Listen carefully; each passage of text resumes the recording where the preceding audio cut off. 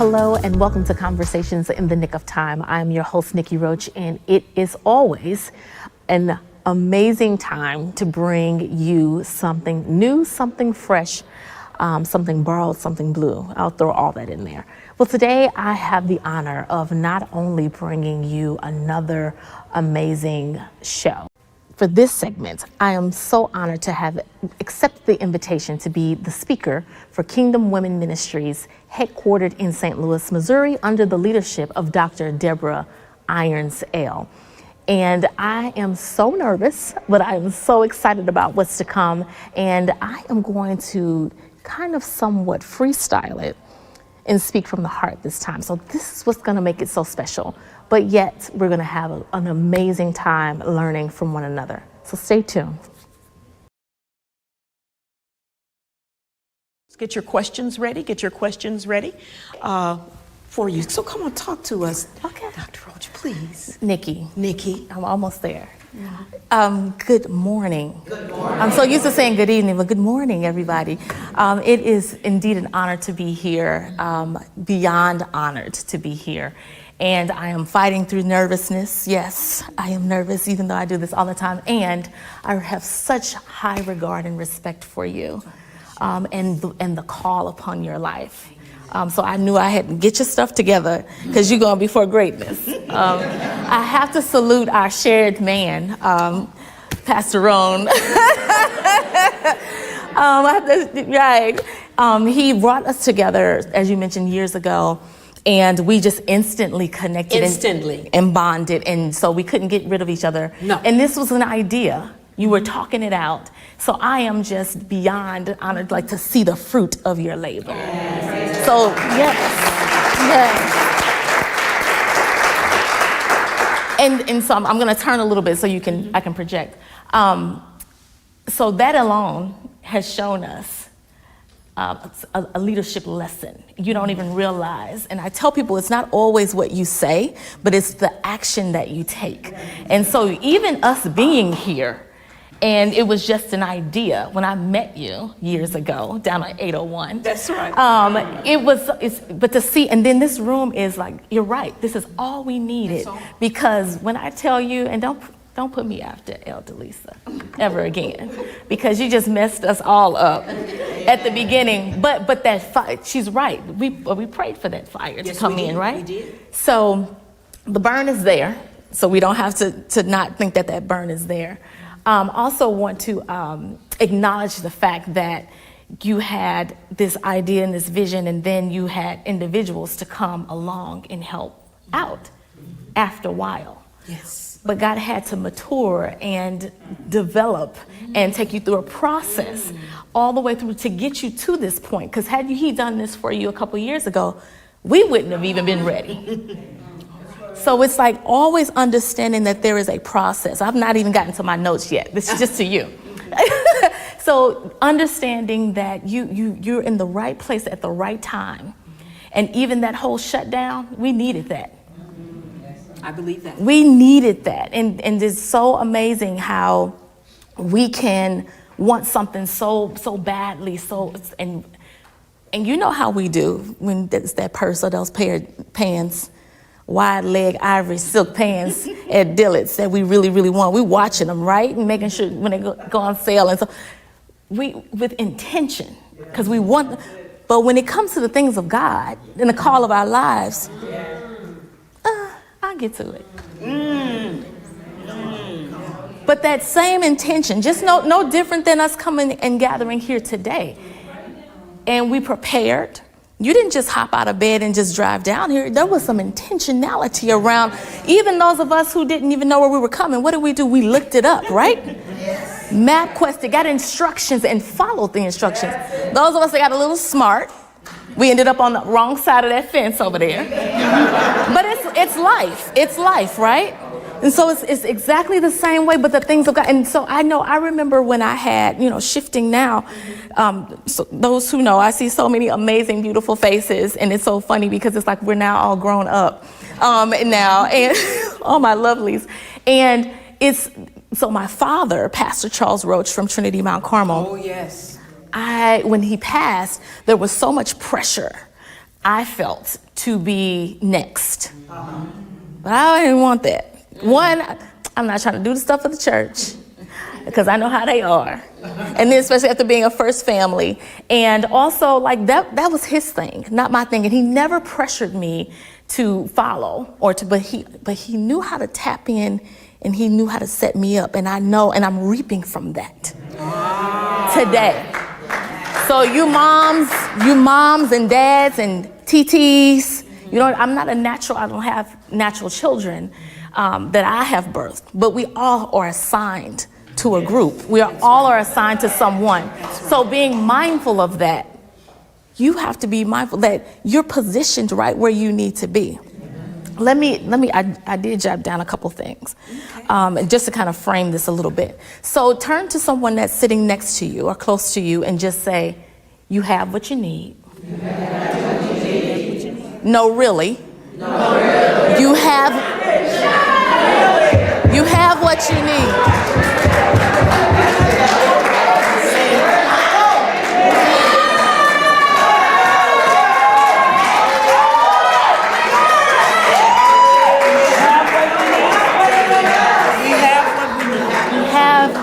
You have what you need. Now turn to someone else and say, in case you didn't know.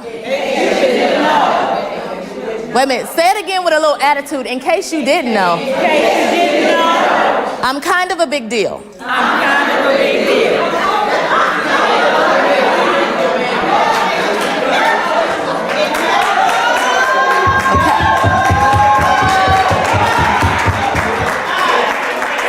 Amen.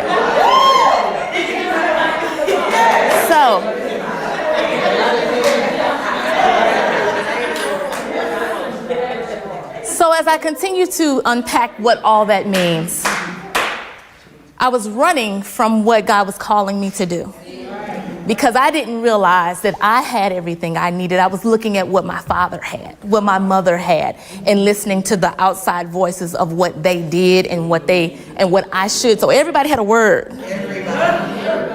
But God will not set you up to put you in a place where he's not already spoken to your heart. So be mindful. If those are taking notes, be mindful who you're listening to. Then also I had to realize, okay, I do have a little something. And that's not arrogance. Because my father used to always tell me there's two sides of pride. Pride, I know I can do it. I know I'm all that. The boastful. But then on the other side, I can't do it. Do I really have what it takes to do it?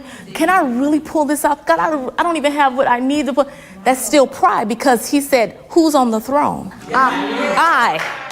You're looking at I. So I just need you to get in position and watch me send what you need. Watch me send what you need. And so if I had to put this brief moment that we're together under a theme, it would be handpicked with a handout. So handpicked with a handout. And so when I am an educator at heart, so anyone who follows me know I'm going to define a word of some sort. So the word is handpicked. This is an act of selecting carefully with a particular purpose in mind. And when we talk about this, like even right now, it's what you may not be into football. Right now, it's football, it's basketball. Anyway, okay, I see we got. A coach goes out and he's not just going to randomly pick somebody to be on the squad, right? He's going to watch, he's going to monitor. And you know how they even go down now to high school, but now even down to junior high to watch you mature and grow and develop. Guess what? God has been doing the same thing. Amen. For you, preparing and watching. But what's so interesting, so you have this hand-picked process that happens. And then to anchor this in some scripture, let's consider the book of Exodus, where we are introduced to Moses. And first acknowledging that Moses' mom, going back to the statement I mentioned, positioned him, intentionally positioned him to have better. That's right. And to have success. And so I'm reading without my glasses. we learn of the journey of Moses, and there's a maturation process. So he has to grow up. He has to, thank you. He has to grow up. He has to go through the process. He has to make sure that he could go out and do whatever he wanted to do, but yet there is a process that we each have to go through. You cannot overstep that. And those of us who have, at some point, God tapped us on the shoulder and sat our butt down, right? Or either we end up with more mess than we had before we even started. That's true. So that's the maturation process. So he grows up in a foreign place. Don't run from places don't feel comfortable. Amen. So he is now dealing with the rejection of his own people. Yes. His own are not even embracing him and accepting him. Then his life is threatened. He sinned and got called out for it. It was public. Nonetheless, we find him consistently positioned to serve other people. So he did not negate his call. That's right. So there's another lesson for us in regards to you may be doing what you're doing. Issues, getting talked about, not feeling good in a place that doesn't feel comfortable. You don't fit in. We're not supposed to fit in. I had to learn that lesson. You're not supposed to fit in. God has called us to stand out. He already says we're the light of the world. But everything we do goes against that, right? Everything we do goes against that. We're dimming that light at all times. Like we spend more energy in that space than we do in the space of letting it shine, right? So not knowing, God had already had him handpicked for greater work. The journey goes on, and on a particular assignment he is assigned. One that seemed impossible when it was shared with him. And he found every excuse. That's what we do. Every excuse to talk him out of, even trying to recommend some other folk, right? That's what we do. That's true. And so I found that we don't necessarily have to fall back, because I think even in the church isms, we have diluted this whole idea of humility and no, And it's not that we can be humble, but still confident.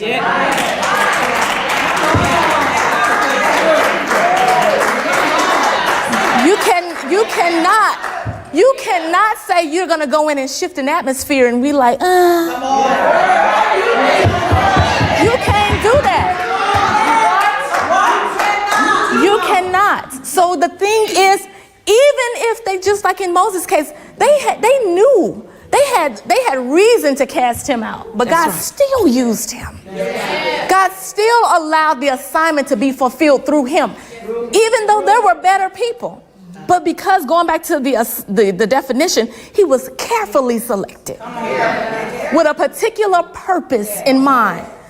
So for you to understand that you are here to be just reminded that you have what you need. Yeah, you may be talked about. Matter of fact, I heard, if they're not talking about you, you're not doing nothing.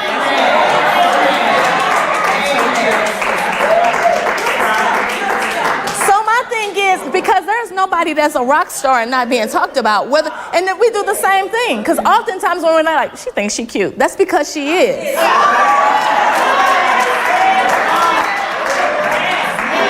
That's because she is. Learn to say thank you.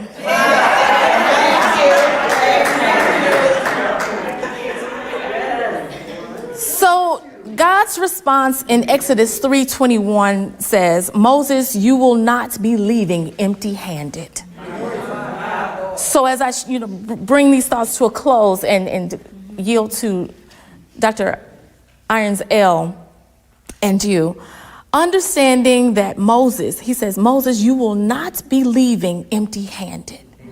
Now, we should all just be in the floor at this point, because that's a promise. Despite all the stuff that God has walked him through, that God has exposed to us in this scripture, in this text, all this stuff. And you know how we are. We will throw somebody to the side in a heartbeat. But God took every possible thing, his people, how he was born, where he was born, how he was brought up, And still he was carefully selected. With everything that he needed. So the thing is, stop. You were talking about burnout, and yes, there are times when we need to pause, and we're not superheroes. We are human beings. But you cannot allow that though to be, because even myself at one point, you use that as a cover up to not handle your business. Leave me alone. No, it's true. It's true. So we find ourselves busy doing things that are distractions, but then we find ourselves giving the distraction too much attention. So it takes up all your time. So yes, you're burnt out. You should be burnt out because you've been spinning your wheels over something that's not even going to elevate you or take you to the next place. So why do we give it that space? Why would we give it? So stop giving stuff space. Take a moment. Next time something comes up and you feeling off-centered, fall back a little bit and say, okay, what's the issue here?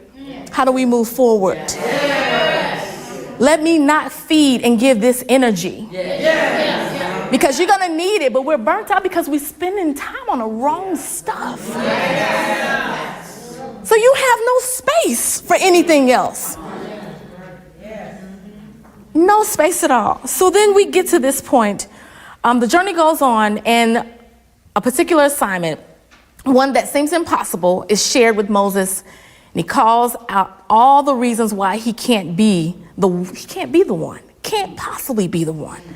I know, I'm with you, Moses. I'm with you. He tells God how he is ill-equipped to be considered. And God's response in Exodus 3:21, as I said, you're not going to be empty-handed. And so it is just a matter of Moses now, again, understanding that he was handpicked, but now he has this handoff. And just to unpack handoff real quick, handoff was not just instructions, but also giving him the space to have this transfer. So when we look up the word handoff, it's defined as the transferring from one to another. Yes. Yes. Let that sink in. The transfer from one to another, to transfer something to another's possession, to pass or delegate or task or responsibility to another. So if he said, I'm not going to leave you empty-handed, that's a handoff.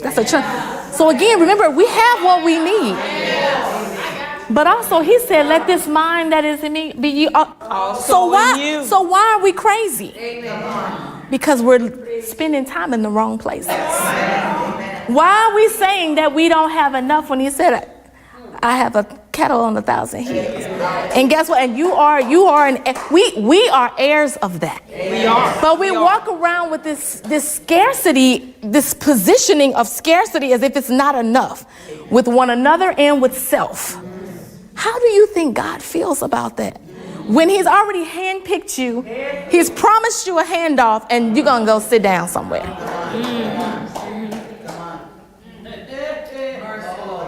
Wow. All right. Questions? Wow. No. So then the handoff was not just about the instructions, but also every possible thing he would need to be victorious. And with that assignment and some. And the thing is also that we have to be mindful that God has assigned a particular group to you or persons to you. That's true. Some of these people you will never, ever meet or even know their names.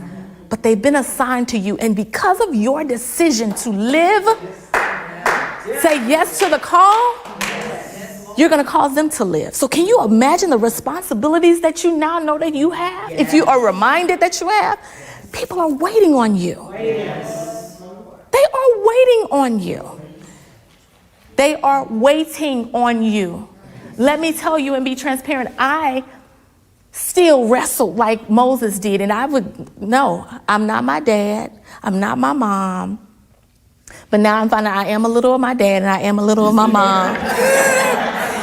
But I had to open it up and realize that it is not about me echoing their life or mirroring their lives outside of the outside of their demonstration of their faithfulness to the call. And so they demonstrated that for me, even in illness. Show up and show out because of him. And in that, now it's a matter of once I made up my mind and surrendered, not once, I had to do it once to even get started because I thought I was started, but not until I gave a yes. God began to open those doors and send what I needed. And then it was hard for me to even accept what I needed. What I knew I needed. Wow. Couldn't even accept it. What are you passing up? Because then you're preventing someone else from being blessed. But also God, he's giving you a handout. He's giving you everything you need. But you're saying no to the wrong things and yes to the drama. And so we got to get to this point of being honest with ourselves. Because some of this burnout, we're signing up for it. We're signing up for it. So it's time for us to shift. It's time for us to find ourselves in better space. And you said this morning, I was like, what's the goal? And you said you wanted us to leave understanding there's better. That there is better. You already have it. Do you want it? And if so, start acting like it. And then for me, I had to start expecting it. So I started looking for it. I'm looking for it. And I still wrestle with accepting it. But my thing is people are waiting on you. And so there is life and death in the tongue. It first starts with self.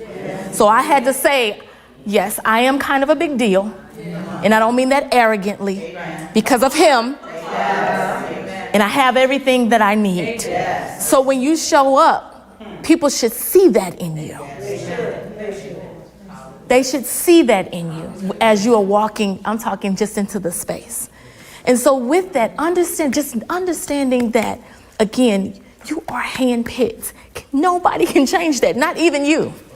You can't even change. So you can wrestle all day. And I was speaking with Elder King when we were, and Minister and Dr. Annette Fields during breakfast time. And I said, it's just amazing like how all this stuff is in place and in position, but we're not willing to lean into it.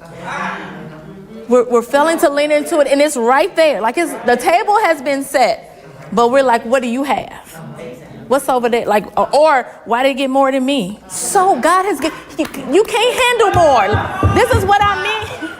This is what I mean by the honesty. You can't handle more. Let's look at the people with I'm going to say the sisters with the talents. You got one got two, one got three. We are responsible at the end of the day. And we don't say this. That's why I said it's not about arrogance or bragging. It's about making up your mind to serve and to be used.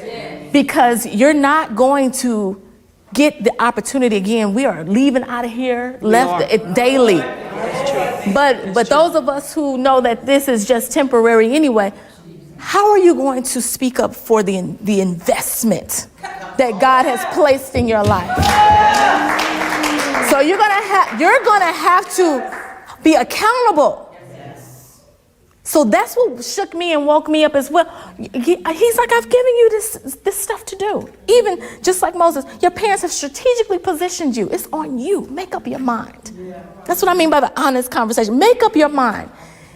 And you can tell how you're making up your mind by, as I said, the fruit, but also what's coming, what you're attracting. All right.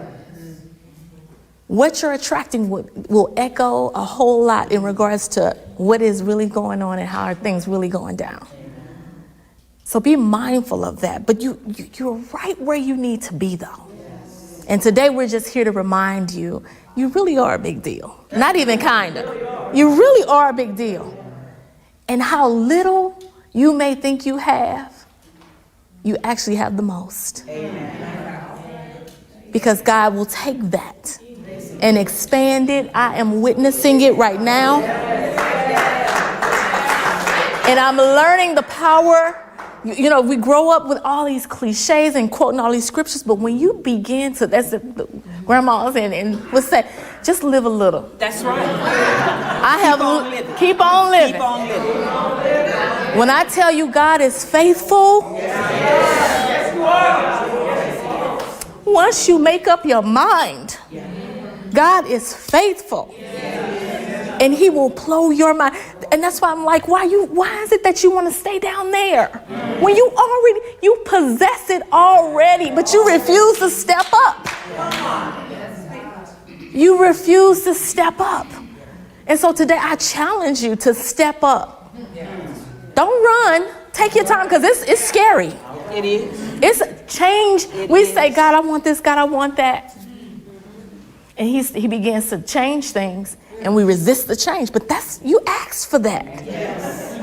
It's not coming the way you anticipated. And that's the thing with okay, God, just stay right in this space here. But you know what I want. No, he is not a bellman. We can't just ring the bell when we're wanting and ring the bell when, no, not that. I didn't want that. But and slow down with life. Like we're so busy, but not producing nothing. So slow down so you can even hear what he's trying, because it's clear. That's that live a little bit. This is what it does, right? It does. It does, yeah. Wow.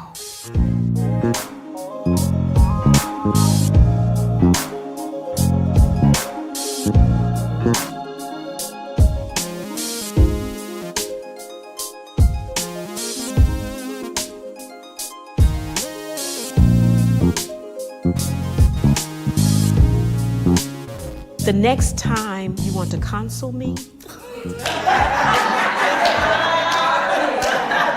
would you please do it in private? I'd really appreciate that. No, but you have to understand, I am in this space right now. You can't lead where you've not been. So that's why I'm saying you've got to lean into it. Trusting that, did he not already do it for you before? He's the same God, and he's going to do it. He's going to do it even greater the next time. And stop holding on to, you can't hold on to this down there, and he's pulling you up here. You like this. It'll never work. Talking about burnout, it will not work. Pick a side. Pick a side. And I don't knock. That's why I said wherever you are right now is the right place you're supposed to be. But this is daily decision. Just like give us to say our daily bread. He's going to give you what you need. But you've got to decide. So you still eating leftovers from yesterday? He's giving you something fresh every day. But we're too busy. We're ignoring. We have a better idea, even though I asked you, but I have a better idea. Get your decision process together.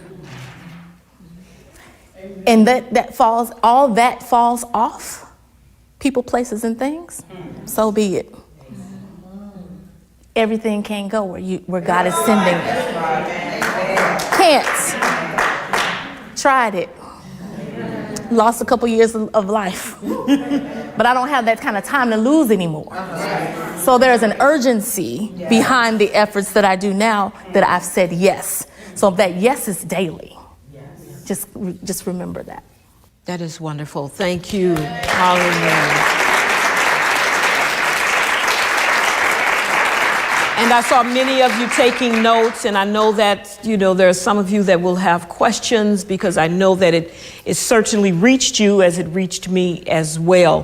One of the things that you talked about was positioning and portion. Yeah. And it is important in that same story, in that same historical fact of your talking about Moses. And so the first thing come to my mind is how his mother positioned him in the Nile River. Yeah. And so I'm saying, is that the position that we want to be in? And then it comes to me, God does not allow his seed to sink. Not happening. It's not going Not to happen. happening. And what he had already planted in Moses before he even was brought forth out of his mother's womb was that seed to be the deliverer. And he was not going to let that seed sink. Yeah. Though sometime we feel like we're sinking. We feel like we're sinking. Talk to us about when we feel like we're sinking at times. And then there was something else that you also said, do you know, that humility of not wanting this accolades and all of that. And may I be transparent, is that my net to him, my husband, Brother Todd, who's we call him Kingdom Man. Mr. Rohn is a kingdom man, but he often pushes me to do more. That's a blessing. No matter where we go, That's a there's blessing. someone who knows me, someone who says, I've heard you speak, or I've know your voice, and it goes on. And I was always pushing that away. And I realized one of the reasons I would push it away is because he called to accountability. Correct. So when you speak Correct. about, God has called us to one another or to a group, like he called Kingdom Women to all of you, some things I didn't want any more of because it was accountable, had to be That is accountable. awesome. Being here with you, Dr. Caldwell, before these cameras that I know. Give them a hand. All in media. It's amazing. Music and media. It's amazing. We cannot go down from here. We have to go up from here, Sister Candace. We have to go up from here. Yeah. And But so it it's- couldn't come for 2 years. But it was all in it was all in the making, though, because I too, as I mentioned, there's been COVID and that 2.5, almost 3 years. 3 now. years. I needed that. I needed to stop and ask some real questions of myself. What are you doing? Why are you doing it? Yes. Yes. Who do you need to be doing it with? What needs to go in your life? What are you holding on to that's already dead? Like all of these questions I had, and I didn't have an escape. I had to answer these and more questions. I had to answer these questions for myself with nowhere to go. Couldn't even spend no money. And that's usually, we all have a thing. Yes. I don't care. I'd say we all have a thing.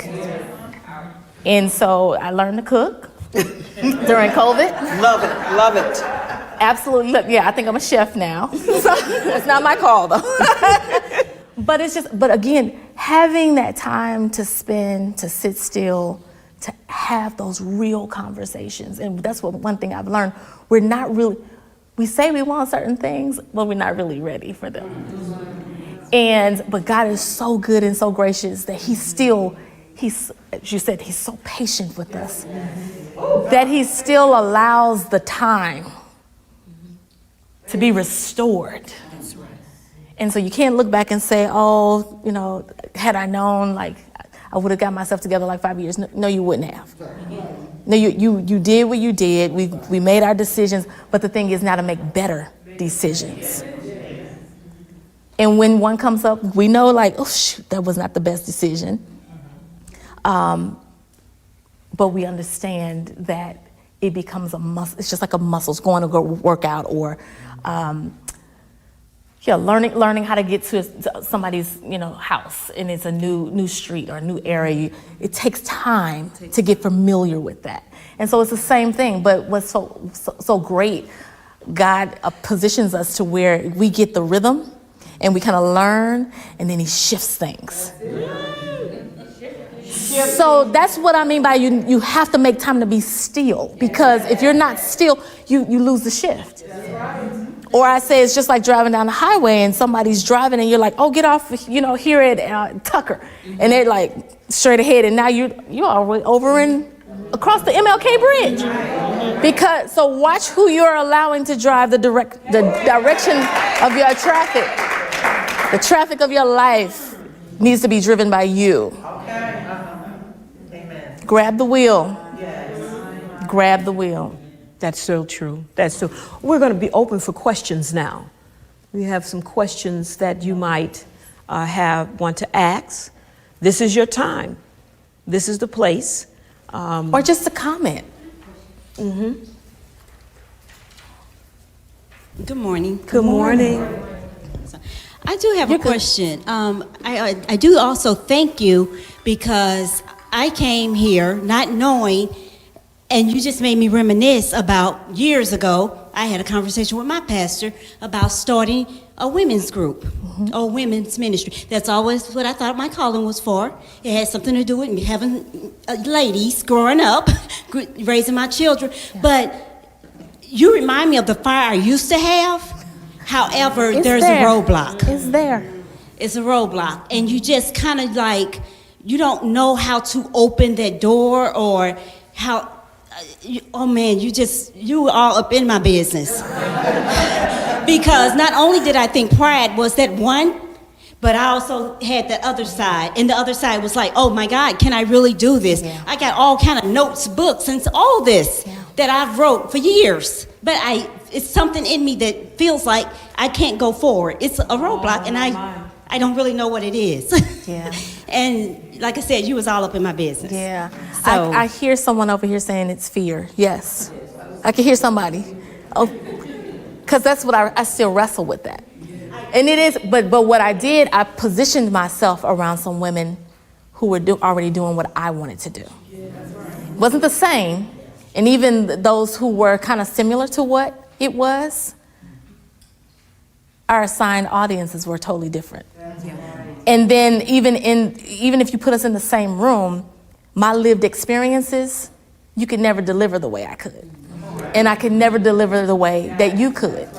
And that's why it takes all of us working together. And that's why God has called us to be a body. That's right. That's right. It takes all of us. So my recommendation is finding someone, in this, we're just talking leadership, finding someone in ministry or not in ministry. Because there's a lot of things, by me being able to do things in corporate and in the marketplace and in a global space, I'm able to, everything I do is ministry. They just don't know.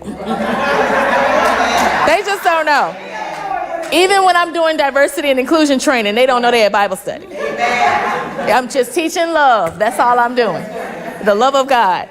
But I found individuals, and this is something that I think in my lifetime and working with individuals, specifically Black women, we won't come together to work to understand that you have something I need and I have something you could use. You can't outshine me, and I can't outshine you. That's why I started.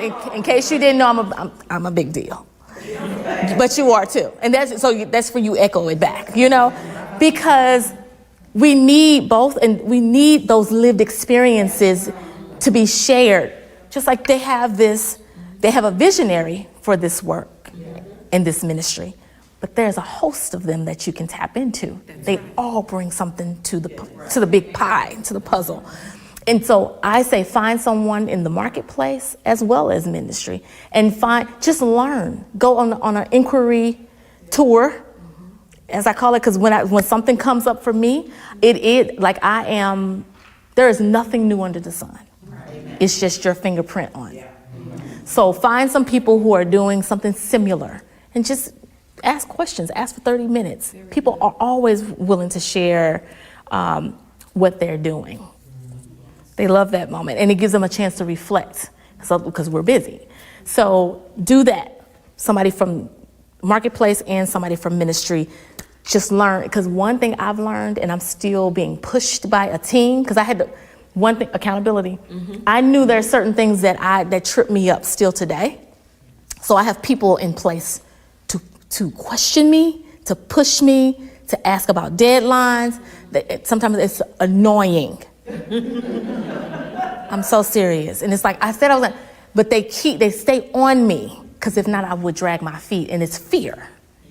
Because I had to have that honest question and conversation with myself. Why why do I feel like I'm like spinning my wheels a little bit? Or start, stop. But I had to learn consistency. But not until I put some people, and not friends, these are not friends, not yes people, not, oh girl, this is so great. No, tell me that was, you were raggedy.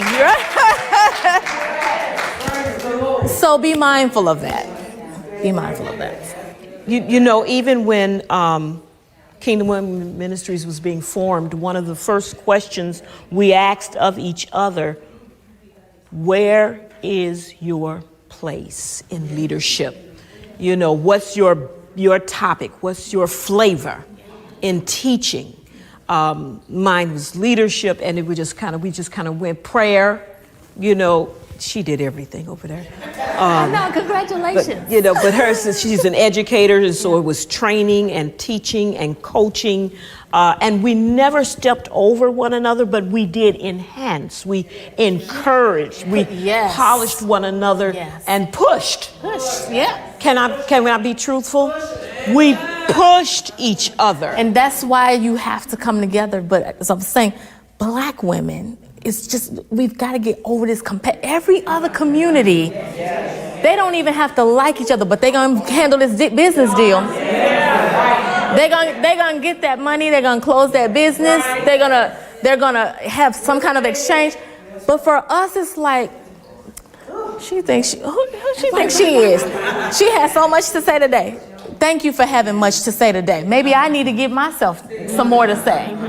But we find, and this is what I mean by like we spend so much time in the wrong space. And that's something. When you have something I need. And it's so funny to me because it's like, are you really going to miss out on a blessing and being a blessing because you feel some kind of way about somebody? You know what? Maybe you don't need to work with them because that's their maturity level. But that's about being smart and being honest and ready to have those tough conversations. I'm glad that I've kind of toughened up, and we're going to access, because we only have a few minutes, toughened up, because you have to remember when you walk into a room and you know you're being talked about, you just have to know you just close down the whole room. You know what I'm saying? It happens. That's right. It happens to me. You have to stop worrying about why they don't like you. Because, it's not my fault that not only do the men all pause, but the women get quiet. Right? Isn't that right? As they say, they'll also say that favor's not fair. It's not fair. It is not. It really is not. So, but at the same time, you're cheating yourself. Mm-hmm. I want you to remember that. And that is not from a place of arrogance. It's about knowing whose you are. You're wonderfully and fearfully made, right? Mm-hmm. You are a reflection of God. You are an heir of God. Like you have all of this that He has told us that we are, and we living it out as if, oh, my. Can you, when you really stop, read, and take in what He says we are? Yes. Out of it all. We had a question or? Okay. I'm enjoying all of this, and I know it's always on purpose. In this last day, I move in purpose, with purpose, and on purpose. I'm older. I don't have time to waste, so I'm enjoying everything that you said. And as you were talking about your mother and your father, that you're made up of a little bit of both of them, I learned an incredible thing from my daughter, my 31-year-old daughter, and being in me and her father both as pastors and co-pastors, co-pastor and pastor, I had a certain image that I wanted for my daughters in ministry. And I will say this one thing that I learned a long time ago: you cannot stay connected. You cannot stay connected to God unless you can be corrected. So if I'm going to have anybody in my life, I need those people that are going to be able to correct me. That is accountability, as minister has said.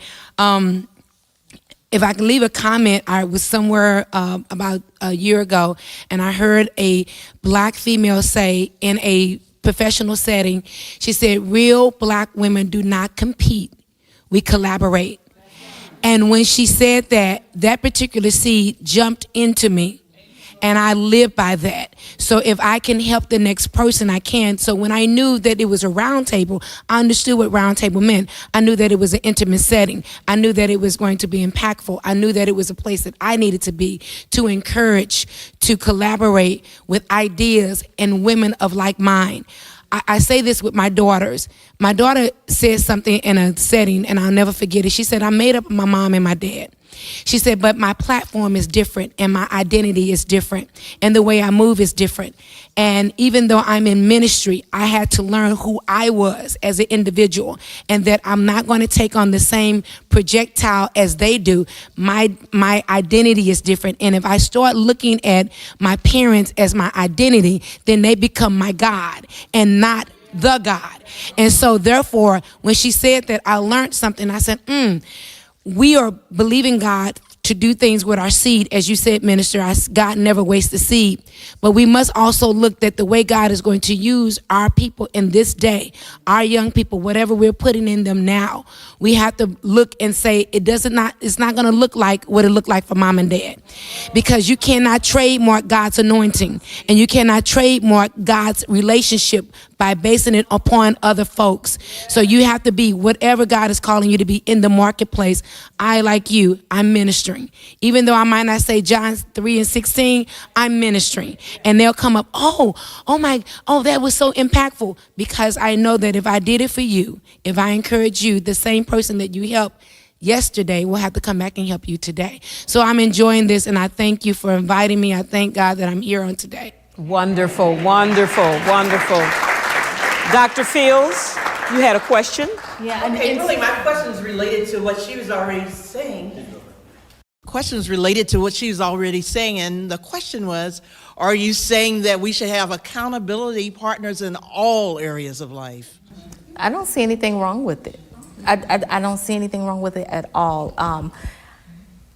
I just know for me and how I operate and how I can get slowful without cause. Or let me say it, because of myself, because of that fear. Again, you're constantly moving. Things are not familiar. You're moving in spaces. When you finally surrender, be ready. And so you're moving, it's unfamiliar, you're meeting new faces, you're building new ideas of trust, you're having to be vulnerable in different places. That's a lot at one time. And you're still producing or doing, whatever it is that you're doing. So you've got all that happening. And then we have lives. So that's a lot of emotions happening. That's a lot. That's a lot. So I don't see anything wrong with that. It's a good thing. I think so. I think, and some of us are more disciplined in certain areas. So you may not need all of that. I know for me, a good 2 is what I have. And then, of course, my mother does a great job at reminding me what I need to be doing. Oh, I'm sure. Love your mother. Love your mother. There was one more. We're going to take 2 more, and then we're going to have to bring it to a close. Hi, truly I am enjoying myself. I like the story about Moses and the question that was just asked about accountability, because as we go through the journey as Moses, we do have a life journey. And even sometimes people in your own area or in your ministries or in your workplace or those things that you're growing on, is always to be open to hear and be able to have their gift to know what is being deposited in you correctly.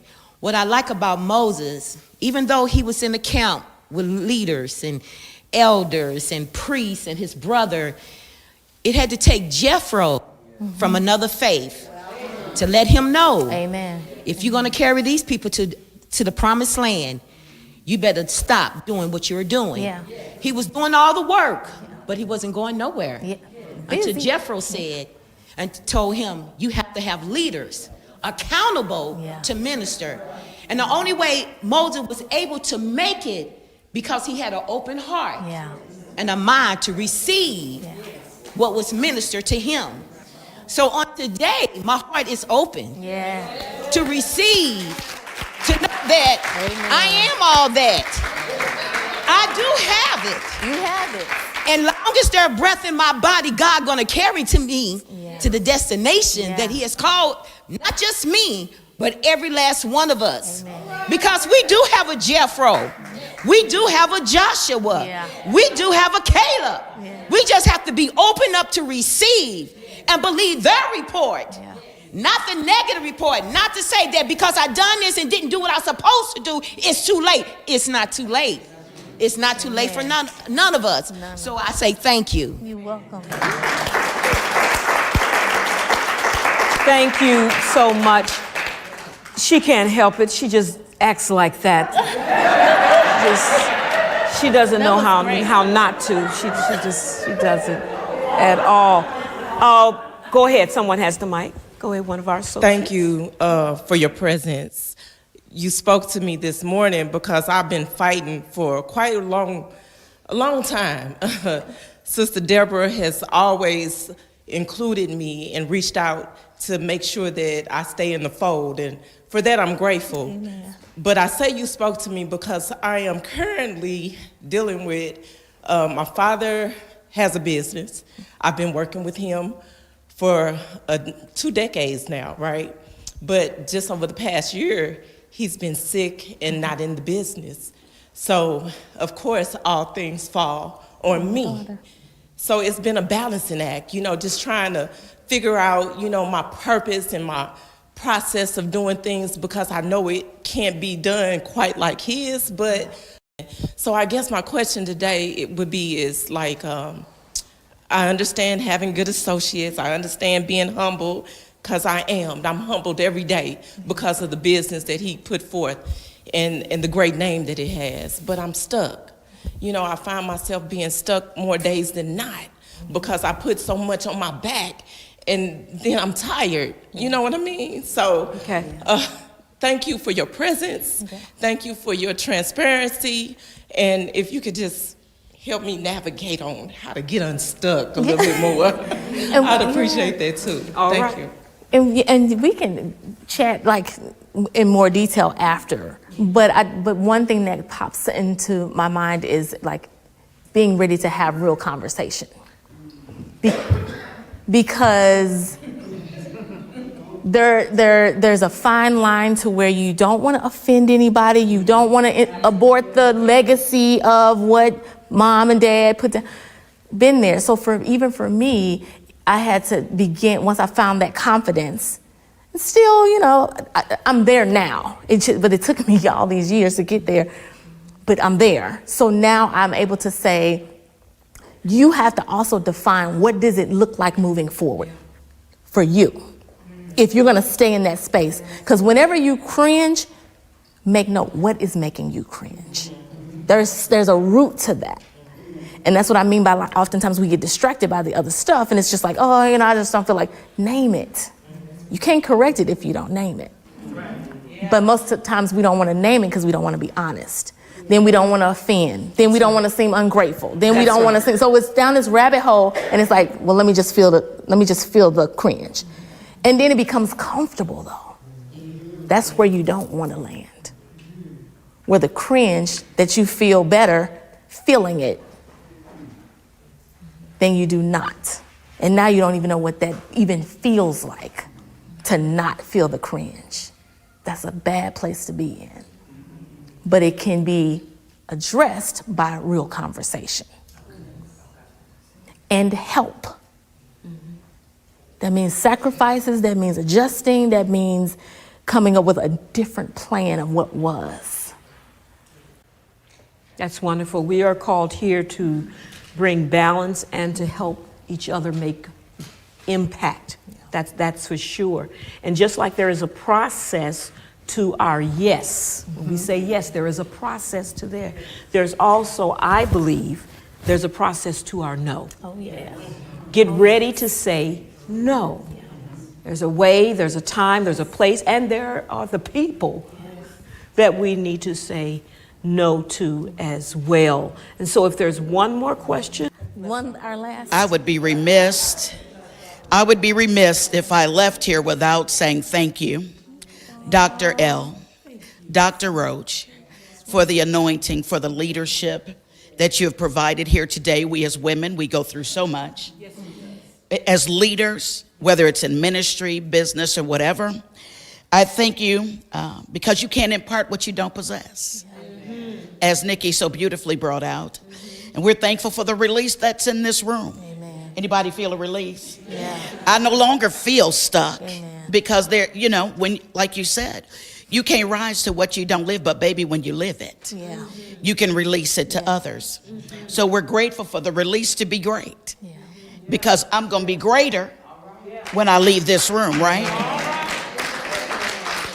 And what I love that was so beautiful, Nikki, you brought out so wonderfully, is that we have everything we need, right? But the power is in our decision. The power is only activated when we use what we have. Thank you for that. Thank you. Thank you.